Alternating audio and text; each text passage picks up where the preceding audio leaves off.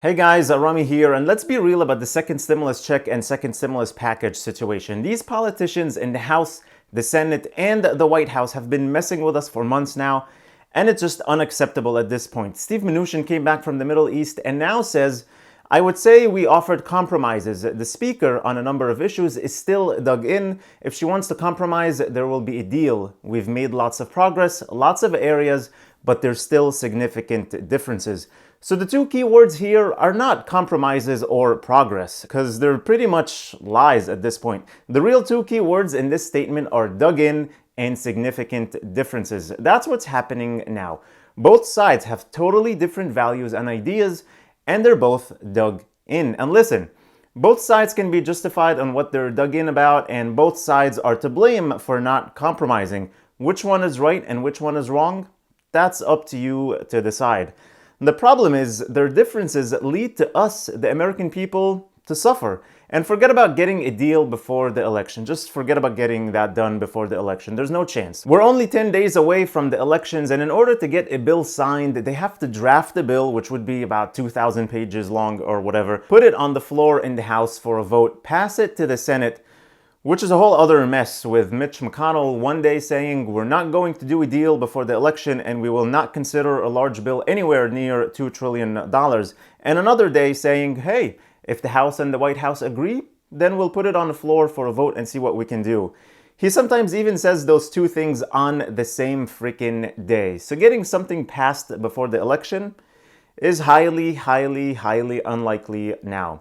All this while we hit a record in virus cases, and who knows how the situation will be when the weather gets even colder and flu season fully kicks in. It will be a very dark winter. Both sides still have huge differences that are hard for both of them to compromise on. State and local funding is one of the biggest issues still open. But my point of view is, and always has been, something is better than nothing. But that's not what Nancy Pelosi wants. And listen, you might call me biased or whatever, but the way I see it, and I've always seen it, is $300 billion instead of $436 billion for state and local government is better than zero. $400 per week for retroactive unemployment pay instead of $600 is better than zero. $1,200 checks for adults and $1,000 for child dependents instead of the large child credits is better than zero. $50 or $60 billion for rental or mortgage assistance is better than zero. $150 billion for schools instead of $200 is better than zero. This is what drives me crazy. There's a ton of money that we can use now that would completely change how the economy looks like right now. There's even money from the last CARES Act, but let's not even get to that. I'm not talking about the stock market when it comes to the economy, because we all know already that we are in a K-shaped economy. The stock market is high because of all the help big companies got from the last stimulus package, and just how these lockdowns in a way helped big companies but destroyed small businesses. So the stock market is not how I would measure the health of the economy right now. When you have 11 million households at the risk of eviction by the end of the year, this is not a booming economy. This is not a V-shaped recovery. This is going to be a downward spiral like we've never ever seen before. There's a huge risk here if we don't get a deal done before the elections, because let's just say President Trump wins and Republicans take the House and the Senate. What's going to happen? Well, they'll decide to wait until end of January when the new Congress is in to work on a small targeted bill that Republicans love and want so much. Now, let's say Joe Biden wins and the Democrats take over Congress. Well, same thing will happen. They're going to want to wait until their new president comes in to work on a large stimulus package.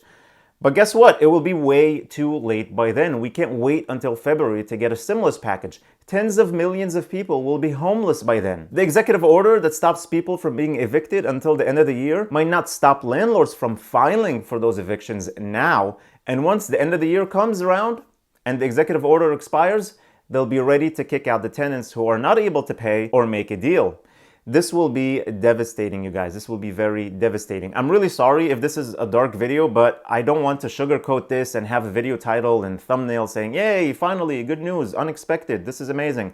When in reality, the only news we have today is sad and frustrating. But listen, what I can do now in the meantime, I'll put a link in the description below for a couple of credit cards that have no annual fees and have 0% interest on new purchases for 15 months. Then a higher APR will kick in based on your credit. Also, if you spend $500 in the first 3 months on those credit cards, you'll get $200 back, cash back. So this can help you put some expenses on the card that you don't have to pay back for 15 months until hopefully you get back on your feet. Just make sure to pay off your balance before the 15 months end so you don't get charged with interest fees.